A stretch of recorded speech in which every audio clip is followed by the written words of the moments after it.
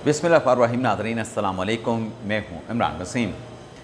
नाज़रीन, आज supreme court के 5 रुकनी आइनी बेंच में जो जस्टिस तारिक महमूद जहांगीरी की इस्लामाबाद हाई कोर्ट के ऑर्डर के ख़िलाफ़ जो अपील पर समाअत हुई है, इस अपील पर अदालती कार्रवाई के साथ साथ जो अदालत ने फ़ैसला सादिर फरमाया है और जस्टिस डोगर के डिवीज़न बेंच का जो जस्टिस जहांगीरी को जुडिशल वर्क से रोकने का जो ऑर्डर था उसको सेटिसाइड किया गया है। जस्टिस जहांगीरी की जो अपील थी उसको एक्सेप्ट किया गया है, मंजूर किया गया है। इस सारी अदालती कार्रवाई का जो अहवाल है वो आप नाज़रीन की खिदमत में पेश करेंगे। लेकिन प्रोग्राम का आगाज़ करने से पहले जब सुप्रीम कोर्ट ने फ़ैसला दे दिया, जस्टिस तारिक महमूद जहांगीरी की जो अपील थी उसको एक्सेप्ट कर लिया गया और जस्टिस सरफराज डोगर की सरबराही में 2 रुकनी बेंच का जो ऑर्डर था जिसमें जहांगीरी साहब को काम से रोका गया था, इस फैसले के बाद साफ़ियों की जानिब से जस्टिस मोहसिन अख्तर कियानी से कुछ सवालात पूछे गए। ये सवालात नाज़रीन तब पूछे गए जब अदालती फ़ैसले के बाद, आइनी बेंच के जजेस के फ़ैसले के बाद, जब कमरा अदालत में ठहरे वकला की जानिब से जैसे तारिक महमूद जहांगीरी को मुबारकबाद दी जा रही थी, तो वहाँ पे उनसे ये सवाल किया गया कि यहाँ पे अदालत में ठहर के आपको कैसा लगा। जिस पर जस्टिस मोहसिन अख्तर कियानी ने कहा कि जजेस को कटहरे में खड़ा होकर मुल्ज़म के जैसे ही महसूस हुआ है। अब जस्टिस मोहसिन अख्तर कियानी साहब तो एक्यूज़ नहीं थे। एक्यूज़ अगर आप कह सकते हैं तो जस्टिस तारिक महमूद जहांगीरी साहब को कह सकते हैं। ये चारों जजेस जो हैं वो अपने साथी जजेस के साथ इजहार यकजहती के लिए, इजहार यूनिटी के लिए, इत्तेहाद के लिए उनके साथ आए थे। हालांकि ये पांचों जजेस जो कि कमरा अदालत में मौजूद थे, इनकी अपनी एक आइनी दरख्वास्त सुप्रीम कोर्ट में पड़ी है जिस पर एतराज़ात लगे हैं। इन 2 समातों में जो कि सुप्रीम कोर्ट की आइनी बेंच ने की है, इन पाँचों जजेस की जानिब से या इनके वकला की जानिब से कमरा अदालत में ठहर के आइनी बेंच के सरबराह अमीनुद्दीन खान से ये बात नहीं की कि हमने आइनी दरख्वास्त भी दायर की है, उसे भी आइनी बेंच में समाअत के लिए फ़िक्स किया जाए। किसी जज ने खड़े होकर रोस्टम पे कोई बात नहीं की कि हमारी आइनी दरख्वास्त जो है वो क्यों समाअत के लिए फ़िक्स नहीं हो रही है। साफ़ी ने सवाल किया और वैलिड सवाल था साफ़ी का कि क्या जो जजेस हैं उनको यूनियन बनानी चाहिए, जुडिशल ट्रेड यूनियन जो है वो, जुडिशल यूनियन जो है वो जजेस को बनानी चाहिए। जिस पर जस्टिस मोहसिन अख्तर कियानी ने कहा कि ये यूनियन का मामला नहीं, ये असूल का मामला है। फिर साफ़ी ने सवाल किया क्या जजेस को इदारों की धमकियों का जो सिलसिला जो आपकी तरफ से इल्ज़ाम लगाया गया था, क्या वो धमकियों का सिलसिला बंद हो गया। जिस पर जस्टिस कियानी साहब ने नहीं बताया कि उनको धमकियाँ मिल रही हैं। उनका ये कहना था कि जजेस की धमकियों का जो मामला है वो सुप्रीम जुडिशल काउंसिल और चीफ जस्टिस के सामने पेंडिंग है। तो फिर साफ़ी ने अगला सवाल उनसे ये दाग दिया कि क्या धमकियां भी पेंडिंग हो गई हैं, जज साहबान को अब धमकियां नहीं दी जा रही। जिस पर कियानी साहब ने कहा कि मामला अभी पेंडिंग है। तो ये अदालती कार्रवाई, अदालती फ़ैसले के बाद का अहवाल आपके साथ हमने शेयर किया। अब आते हैं नाज़रीन, जब अदालती कार्रवाई का आगाज़ होना था 9:30 बजे, वैसे तो जज साहबान 9:45 पे आए और 10:05 पे अदालती कार्रवाई का इख्तिताम हो गया था। यानी 20 मिनट के अंदर अदालत ने दोनों जानिब के साइड के जो फरीकैन थे दलाइल सुनने के बाद केस का फ़ैसला कर दिया। लेकिन जो जज अपने जज साहबान थे इस्लामाबाद हाई कोर्ट के, बस 9:15 बजे आके कमरा अदालत में बैठ गए। जस्टिस मोहसिन अख्तर कियानी, जस्टिस सुमन रिफ़त इम्तियाज़ साहबा उनके दाएं हाथ पे बैठी थी, जस्टिस जहांगीरी साहब उनके बाएं हाथ पे बैठे थे और फिर सुमन रिफ़त इम्तियाज़ साहबा के दाएं हाथ पे जस्टिस सरदार इजाज़ इसहाक बैठे थे और जहांगीरी साहब के बाएं हाथ पे जस्टिस बाबर सत्तार साहब जो है वो बैठे थे। अदालती कार्रवाई शुरू होने से पहले जस्टिस सुमन रिफ़त इम्तियाज़ साहबा जो कि कमरा अदालत में मोबाइल फ़ोन उनके हाथ में था, गालिबन या शायद इस्तेमाल करनी थी, तो सिक्योरिटी एहलकार उनके पास गया और उनसे कहा कि आप कमरा अदालत में मोबाइल फ़ोन इस्तेमाल नहीं कर सकते, या तो आप जमा करवा दें। सिक्योरिटी एहलकार ने कहा। तो जज साहबा अपना मोबाइल फ़ोन बाहर जमा करवाने के लिए जब जा रही थी तो एक और सिक्योरिटी एहलकार ने खातून जज साहबा से कहा कि आप अपना मोबाइल अपने पास रख लें, लेकिन इसको बंद करके, इसको इस्तेमाल ना करें, बंद करके अपनी पॉकेट में डाल लें। तो फिर सुमन रिफ़त इम्तियाज़ साहबा, जब सिक्योरिटी एहलकार ने उनसे कहा कि आप मोबाइल अपने पास रखें, तो जज साहबा ने कहा कि बड़ी अजीब सी सूरत हाल है।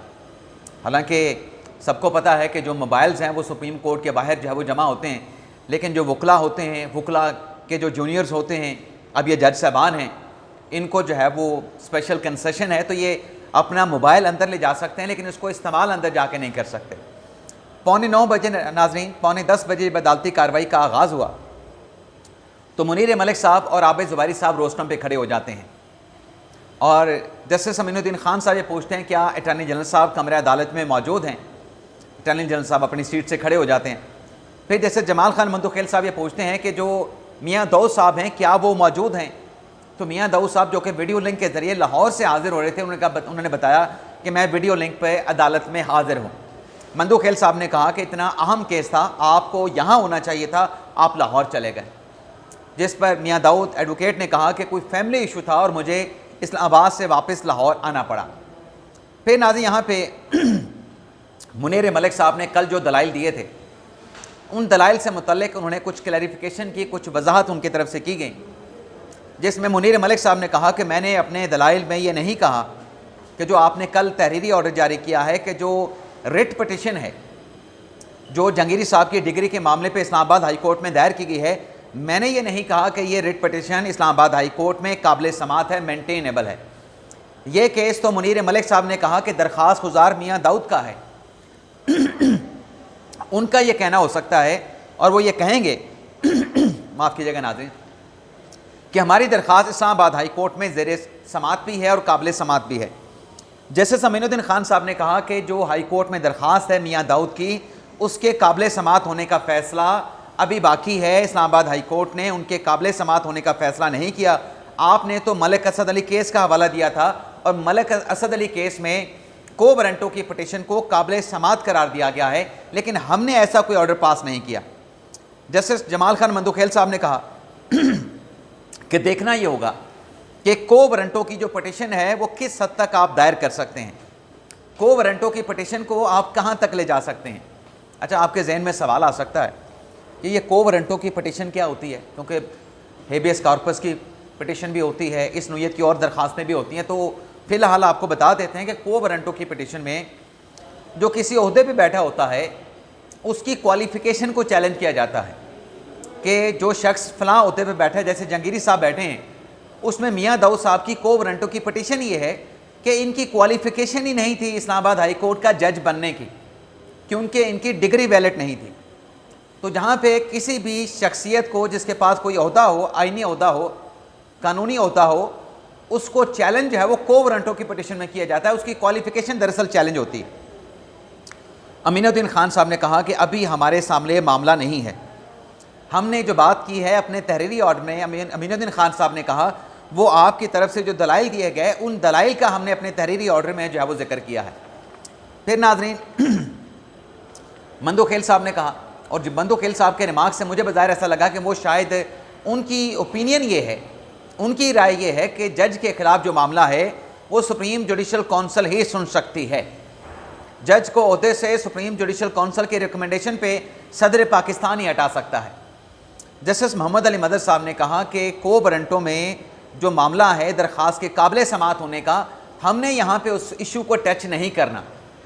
हमारे सामने एक अबूरी आर्डर है, मुनीर मलिक साहब ने मलिक असद अली केस का हवाला दिया है और मलिक असद अली केस में सुप्रीम कोर्ट ने करार दिया है कि को वारंटों की पटिशन में अबूरी हुक्म दे के किसी जज को काम से नहीं रोका जा सकता। हमारे सामने मामला सिर्फ इस हद तक है।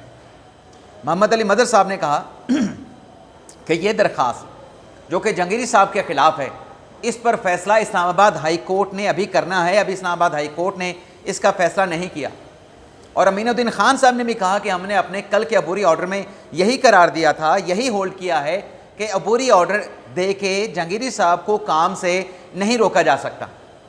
फिर नाज़रीन अटॉर्नी जनरल साहब ने अपने दलाइल का आगाज़ किया और अटॉर्नी जनरल साहब ने मलिक असद अली केस का जो फैसला, जिसका बार बार अदालती कार्रवाई में हवाला दिया जा रहा है, उसका पैराग्राफ 281 या सफ़ा 281 उन्होंने पढ़ा, सफ़ा 281 पढ़ा, जिसमें अटॉर्नी जनरल ने कहा कि किसी जज का जो कंडक्ट है वो आप को वारंटों में चैलेंज नहीं कर सकते।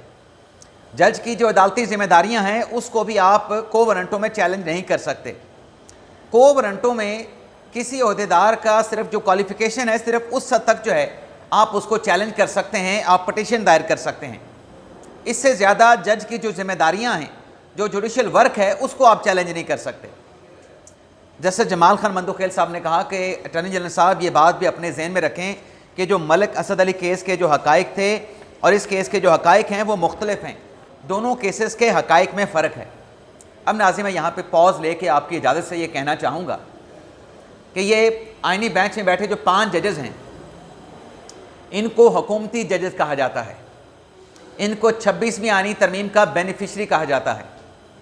लेकिन जो कहने वाले हैं वो शर्मिंदा भी नहीं होते कि आज आईनी बेंच ने आइन और कानून की रूह के मुताबिक फ़ैसला दिया है।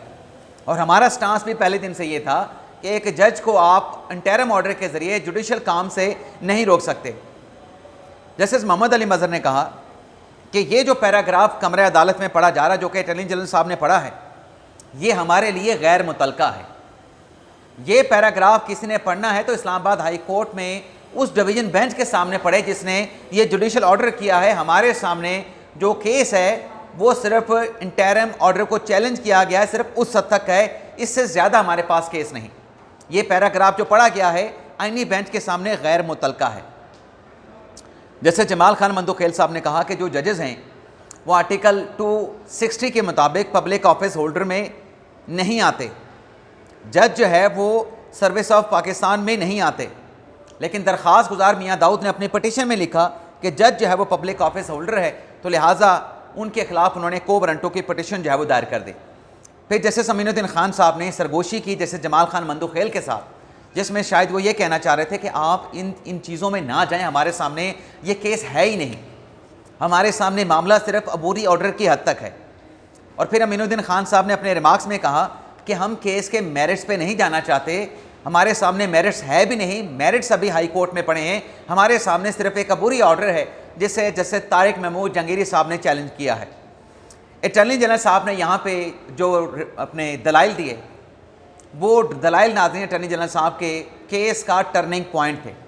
अब अटॉर्नी जनरल को भी शिकवा किया जाता है, इल्ज़ामात दिए जाते हैं कि हुकूमत का केस लड़ते हैं, हुकूमत का दिफा करते हैं, हुकूमत के फैसलों को सपोर्ट करते हैं। लेकिन अटॉर्नी जनरल साहब ने कहा कि जज को उसके जुडिशल वर्क से नहीं रोका जा सकता, अबूरी हुक्म पास नहीं कर सकती थी इस्लामाबाद हाई कोर्ट, इसके अलावा अदालत के सामने कोई इशू नहीं है। जब अटॉर्नी जनरल साहब ने कह दिया कि इस्लामाबाद हाई कोर्ट जज साहब को, जंगीरी साहब को काम से रोकने का अबूरी हुक्म नहीं दे सकते थे, तो बेंच की तरफ से उनको शुक्रिया कहा गया और मियाँ दाऊद से कहा गया कि आप बताएं आप क्या कहते हैं। मियाँ दाऊद साहब को दलाइल से पहले कहा गया कि आपकी दरख्वास्त के ऊपर एतराज़ात मौजूद हैं। मियाँ दाऊद से कहा गया कि आप इस्लामाबाद हाई कोर्ट के ऑर्डर का कैसे दिफा करेंगे, और यहाँ पे नोटिस के बगैर जैसे जहांगीरी को जो है वो जुडिशल वर्क से रोक दिया गया। तो मियाँ दाऊद साहब के जो गुजारिशात थी, मारूज़ात थी, वो भी टर्निंग पॉइंट था आज की अदालती कार्रवाई का। मियाँ दाऊद साहब ने कहा कि मैं इस्लामाबाद हाई कोर्ट के फ़ैसले का दिफा नहीं कर रहा, मैं जो मलिक असद अली केस के फ़ैसले का जो पैराग्राफ 284 है उसको मैं पढ़ना चाहूँगा कि जज को जो है वो जुडिशल वर्क से नहीं रोका जा सकता। जब मियाँ दाऊद साहब ने भी कह दिया कि जज को उनकी जिम्मेदारियों से नहीं रोका जा सकता, अटॉर्नी जनरल साहब ने भी कह दिया कि नहीं रोका जा सकता, तो यहाँ पे फिर जस्टिस हसन नज़र रिजवी साहब ने कहा कि अब आप कंसेंट ऑर्डर जारी कर सकते हैं, पास कर सकते हैं, क्योंकि मुतलका फ़रीक़ैन का कहना है कि इस्लामाबाद हाई कोर्ट का ये ऑर्डर जो है इसका दिफा वो नहीं कर सकते, तो फिर इस पर कंसेंट ऑर्डर होना चाहिए। जब रिजवी साहब ने ये बात की तो 10 बज के घड़ी पे 5 मिनट हो चुके थे और 9:45 पे अदालती कार्रवाई का आगाज़ किया गया था। तो अदालत ने अपने ज़बानी ऑर्डर में, जो कि तहरीरी सूरत में कुछ देर के बाद जारी हो जाएगा, उसमें यह कहा गया कि अदालत के सामने मुतलका फ़रीक़ैन का यह कहना है कि जज को जुडिशल वर्क से नहीं रोका जा सकता। और जो इस्लामाबाद हाई कोर्ट में दरख्वास्त पड़ी है, अदालती ऑर्डर में कहा गया कि उस पर एतराज़ात को भी एडमिट किया गया, और फ़रीक़ैन का 5 रुकनी बेंच के सामने ये एतराफ़ है कि वो इस ऑर्डर का दिफा नहीं कर सकते। लेकिन जैसे शाहिद बिलाल साहब ने इसी दौरान जब ऑर्डर डिक्टेट किया जा रहा था, शाहिद बिलाल साहब ने कहा कि अब चूंकि यह मामला इस्लामाबाद हाई कोर्ट में चलेगा तो ऑर्डर में ये कह दें कि इस्लामाबाद हाई कोर्ट इस केस पर प्रोसीड करने से पहले जो एतराज़ात दरख्वास्त पे लगे हैं, आया कि दरख्वास्त काबिल समात है, काबिल समात नहीं है, उन एतराज़ात का इस्लामाबाद हाई कोर्ट पहले फ़ैसला करे। यानी बॉल जो है आज के अदालती फ़ैसले के बाद जंगीरी साहब के हक़ में फ़ैसला आया है, जंगीरी साहब को रिलीफ मिला है, लेकिन बॉल दोबारा chief justice Islamabad high court Sarfaraz Dogar साहब की कोर्ट में सुप्रीम कोर्ट ने अपने फ़ैसले के ज़रिए डाल दी है। इसके बाद नाज़रीन 5 रुकनी बेंच ने जंगीरी साहब की पटिशन को अलाउ कर दिया, मंजूर कर लिया, और जो इस्लामाबाद हाई कोर्ट का फ़ैसला था उसको सेट असाइड कर दिया। तो ये थी नाज़रीन आज की अदालती कार्रवाई, और अदालती कार्रवाई का जो अहवाल था आपकी खिदमत में हमने पेश किया। आपसे इजाज़त चाहते हैं। अल्लाह ताला हम सब का हामी नासिर हो। अपनी दुआओं में याद रखिएगा। अल्लाह हाफ़िज़।